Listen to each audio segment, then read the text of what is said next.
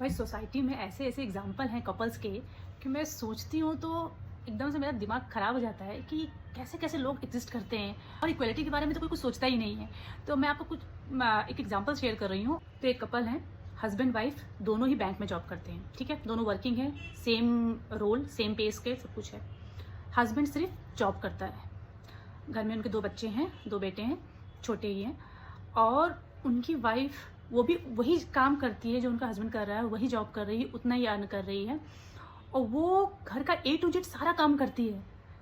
मतलब कुकिंग के लिए हेल्प और बाकी हेल्प तो भूल जाओ, वो नॉर्मल एक मेड तक घर पे नहीं है। वो सुबह 4 बजे उठ के 4 लोगों के लिए पहले खाने के लिए ब्रेकफास्ट, 4 लोगों का टिफिन, छोटा बच्चा आई थिंक छोटा बेटा प्ले स्कूल में है, उसको रेडी करना, उसको भेजना, फिर उसको वहाँ से स्कूल से और बैंक से जाके पिकअप करना, देन इवनिंग में आके डिनर बनाना, और घर सुबह मॉर्निंग में झाड़ू पोछा करके जाना, बर्तन करना, बाहर स्कूल में बच्चों की कोई भी एक्टिविटी, कोई भी प्रोजेक्ट है वो भी उसकी रिस्पॉन्सिबिलिटी है, कोई भी फेस्टिवल है उसमें जितना बनाना है, जिस तरह से पूजा पाठ होनी है वो भी उसको करना है, घर में कोई गेस्ट आएंगे वो भी उसको कैटर करना है।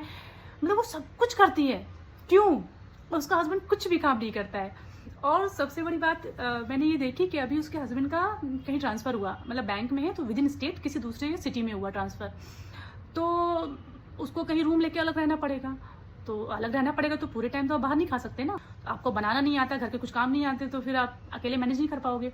तो जहाँ उसका ट्रांसफ़र हुआ है उस सिटी में ही लड़की के पेरेंट्स रहते हैं, मतलब लड़के के इन लॉज रहते हैं, तो वो अलग ना रह के इनके पेरेंट्स के साथ रहेगा। क्यों रहेगा? ताकि सास उसको उसके लिए खाना बना सके, उसका टिफिन पैक कर सके, उसकी जो उसकी रिस्पॉन्सिबिलिटी यहाँ बीवी उठा रही थी ना, अब उसकी सास उठाएगी। सबसे बड़ी बात यह है कि अगर यही लड़की अपने ससुराल में रह रही होती और वहां से बैंक जाके जॉब कर रही होती तो उल्टी सिचुएशन हो जाती। वो खुद के लिए भी बनाती, सास ससुर के लिए भी बना के जाती, लौट के आके भी उनके लिए बनाती और फिर जॉब करती। जो इन लॉज अभी खुद भी कर रहे थे, खुद से काम कर रहे थे, इसके आने के बाद वो खुद से नहीं कर सकते क्योंकि अब बहू साथ में आ गई है, तो फिर एक्सपेक्टेशन चेंज हो जाएगी। तो ये इन लॉज के लिए करना बहू से एक्सपेक्टेड होता है, दामाद से नहीं होता है। क्यों? दोनों ने मतलब समझ में नहीं आता क्या है ये, और इसमें गलती किसकी है।